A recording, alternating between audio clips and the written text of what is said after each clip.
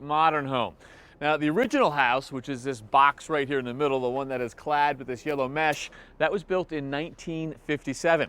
And we are adding two additions to it, one on the far side behind me, and you can see that we're keeping it in the mid-century modern style with the low sloping roofs and the big overhangs. You can also see that a lot of the windows have started to go in.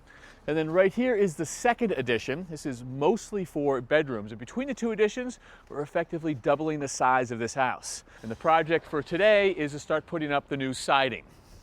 The siding on our house is a combination of vertical and horizontal, as well as painted and unpainted. And Tommy, at some point, those different sidings are going to meet, and you've got to figure out how to handle those transitions. Right. On the original part of the house right here, this is all vertical siding, and it wrapped all the way around the house.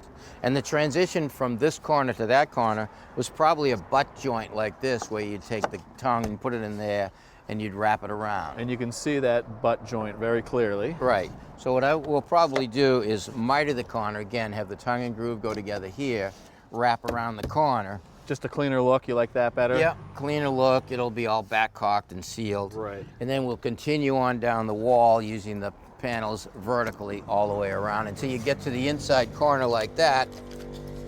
Now you have to worry about the transition from this wall to this wall, because this is going to be horizontal. So this is where the addition starts, and that's where we make the transition from vertical to horizontal. So what are you thinking about that transition? All right, so the transition here is we're going to take and bevel the siding right there to match the bevel degree of the inside corner.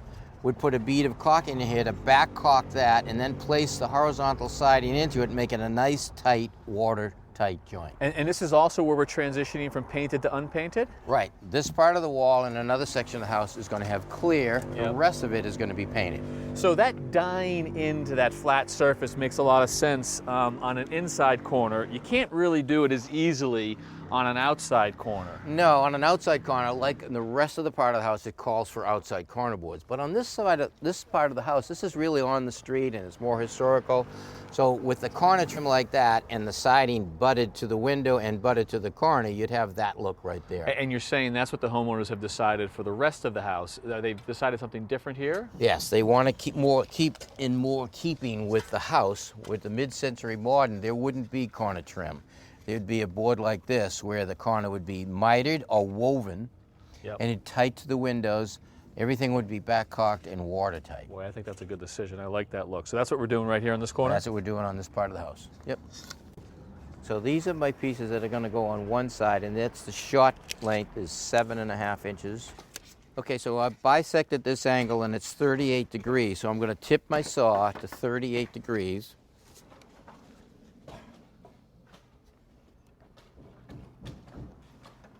So now I can make my cut.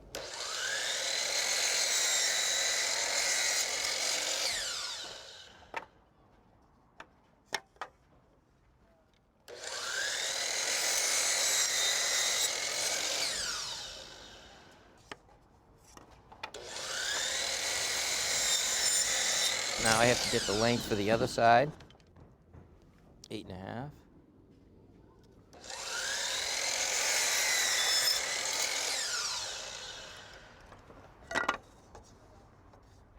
So now we can put these together, the long and the short, with a miter that will match the wall. And we'll use some stainless steel nails.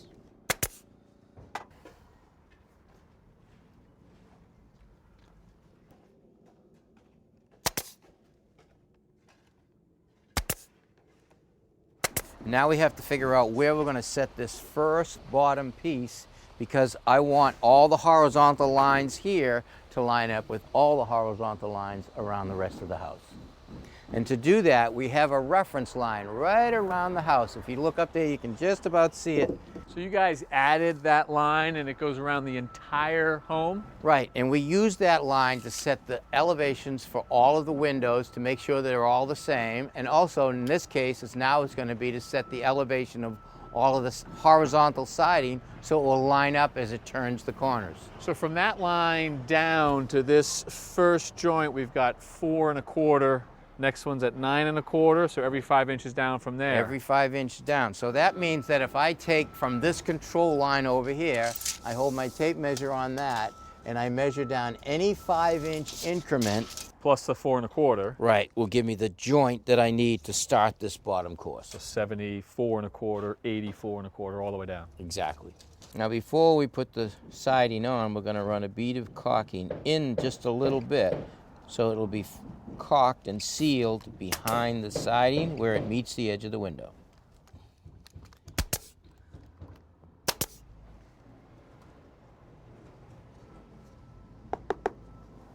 Tap it down to make the tongue and groove joint nice and tight.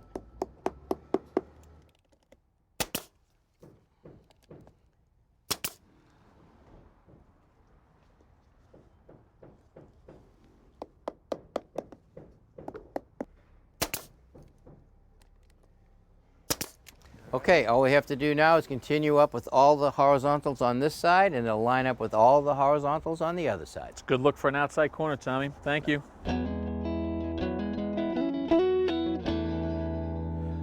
The retaining wall along the front of our house is in rough shape. I mean, look at how this is pushed forward. Look at how bad the mortar is. And there have been a couple problems with it that we have known about. There was a line of trees. You can see the remnants of one of them right here, and the roots grew into this wall and pushed it forward. We didn't help the situation because we actually, Jimmy McLaughlin with his excavator had to blow through the middle of this wall. Because if you recall, we had a big project out here and we had to run a new sewer, waste and water line from the street to the house. Mark, that left us with a giant hole that you've got to rebuild, but you've also got to repair this wall all along the way. Tough shape, right? It is in tough shape, but when in Rome, we want to be Romans. So we want to try to match exactly what we have. And what we have is what we call a pudding stone, Right. which is completely indigenous to the area. So it's very, very hard to get. We see it in a lot of the buildings in this area in Boston, a lot of walls, and it's kind of, I mean, it's a very distinctive looking stone. That's a molten lava, just rolled around the ground, collected everything, and as it broke up, it became what we know as pudding stone. So when this wall was originally built, was it dry laid or was it with mortar? This is a dry laid wall. And So what's all the mortar that I'm seeing on the face of this wall? To my eye, it looks as if it's been put together with mortar. Are you saying that's not original? Right. So the mortar, I think, was part of a repair. Oh, really? Unfortunately, that probably causes more problems because what they're actually doing is blocking up drainage. So the natural drainage that occurs, they end up plugging it up. It kind of goes away when you plug it up, sure. So now the water gets trapped, turns to ice, and wreaks havoc on the wall. So in terms of fixing it, are you going to go dry or are you going to put some mortar in there? So we don't want to make the same mistake twice. So down low, we're going to go dry. We're going to allow for the weeping this time. And then as we get higher, we're going to use the mortar to match what we have. All right, so a small project has become a big project. Right.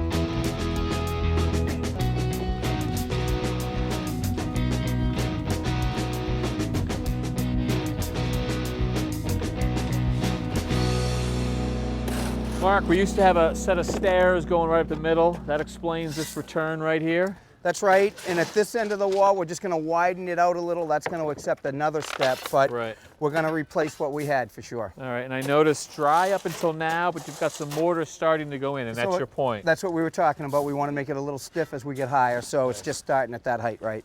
All right, well, I appreciate it. A lot of work to go, but thank you. All right, Kevin.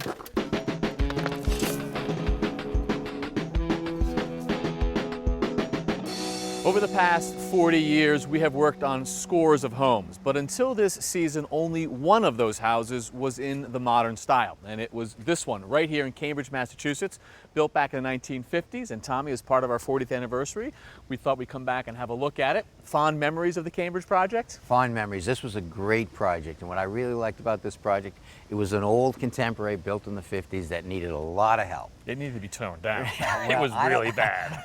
I don't like to tear houses down, but really what made me happy is George, the homeowner, didn't want to tear it down. He wanted to fix it up, add on. So we added on a little bit this way, we added a little bit this way, and we added a little bit that way. It was originally in the Bauhaus style, and now I guess you would call it sort of a Frank Lloyd Wright influenced home. Yeah. It's got the stucco and the stone, it's got the overhangs, and this is a huge transformation from what it was. Yeah, you might say that. Hey, George. Hey, George.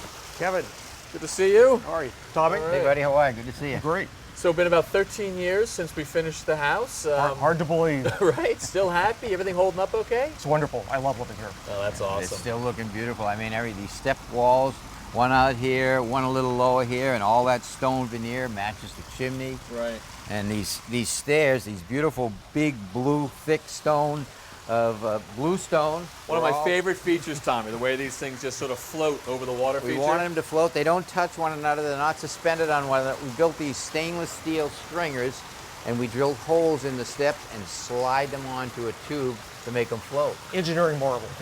Now, you had some very strong thoughts on what this house should be, sort of in that Frank Lloyd Wright inspired style. Right. Was that the right decision? It was. I love the way the wood, stucco, and stone play off each other. Yeah. It creates kind of a warm, modern feel, which is what I wanted. Right. Well, you know, with all of the vegetation having matured, I would say that this house today looks as good as it has ever looked. Absolutely. And the waterfall, still looking good and sounding good. Still working. Can we have a look inside? Absolutely. Boy, as I come in here, I remember that old stairway that you had in the house with a little winder that went up and into the second level. It's claustrophobic.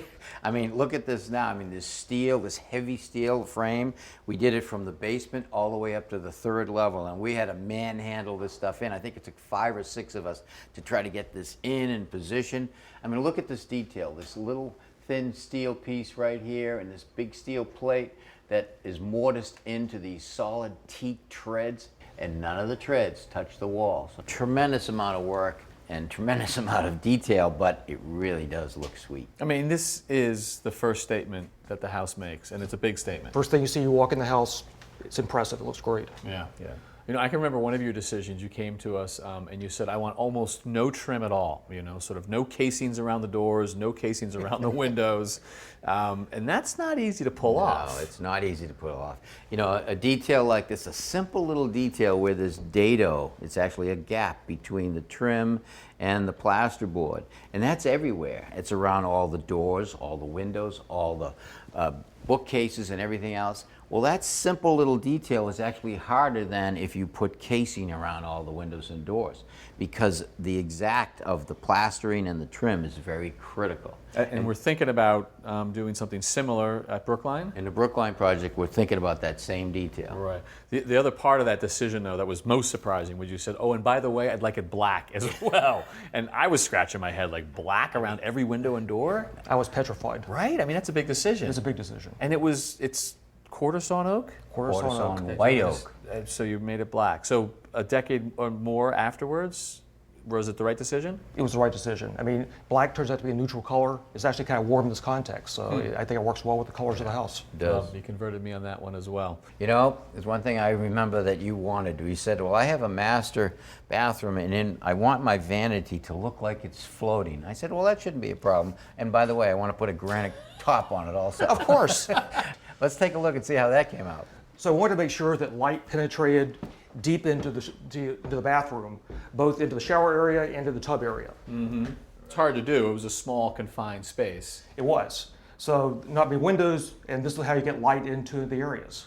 Right, and the idea was that you also wanted this floating. I can remember Tommy, Norm, and I actually inspecting your work halfway through. That doesn't surprise me. There was a wood-framed wall right here, which you can see, but you had embedded steel into the wall, and if I remember correctly, you actually reinforced the floor as well with steel. I did. You have this dividing wall between the shower and the tub that doesn't connect to this wall. And this wall doesn't go all the way to the ceiling. So you have a heavy vanity. You don't want this thing to pull the wall over. I mean, this is 8 feet long or so, 2 sinks with all of the plumbing, and to make it hang and float. Although, in typical Tommy fashion, did you add some suspenders to your belt system? You know what? I gave in a little bit. I did put a couple of legs in the center section, but I hid them back so you can't see them. Just in case. Just in case. Wimp. You don't even know they're there, though, do you, George? Doesn't look like that No, at you all. can't see them at all. Well, you had very specific designs for the house, and you pushed us. You asked for things that were difficult to do, but I think it made it a better house. It did. I knew you were up for it, and it's a house that I love since the day it was built. I love now. It's something that even the neighbors love. So I wouldn't change anything in the house with maybe one exception. What's that? I wish I put an elevator shaft in so I could age to 120 in the house. All right, so let's look around, see what we can find. You can live here to at least 100, George. At least 100.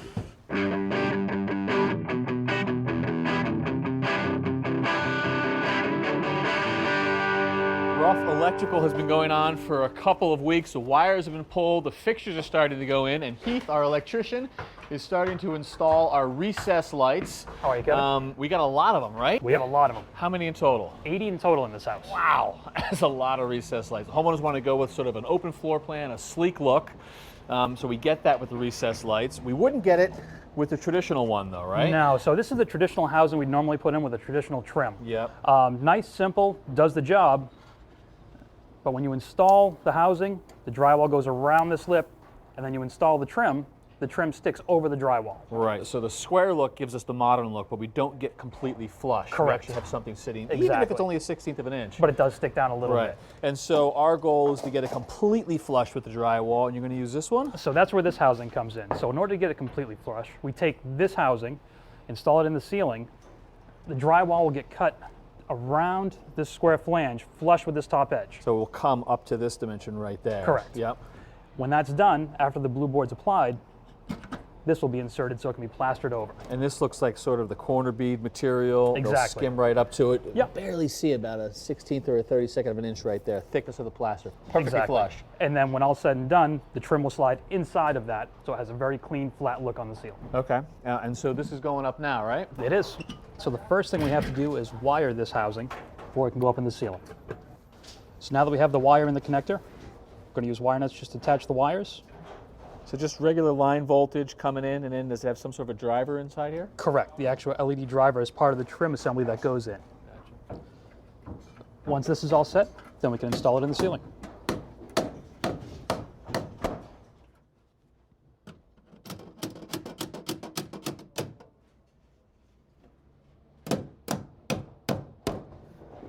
So obviously the critical dimension is to get the depth of this right here accurate. Correct. So the flange comes in at 1 3/4 from the factory. Yep. And we want that to sit flush with the blue board before it gets plastered.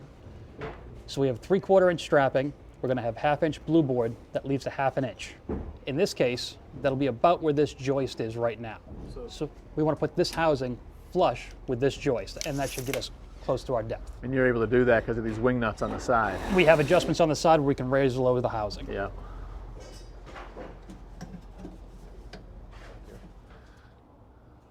All right. So is that at its final location? This is where we're leaving it for now.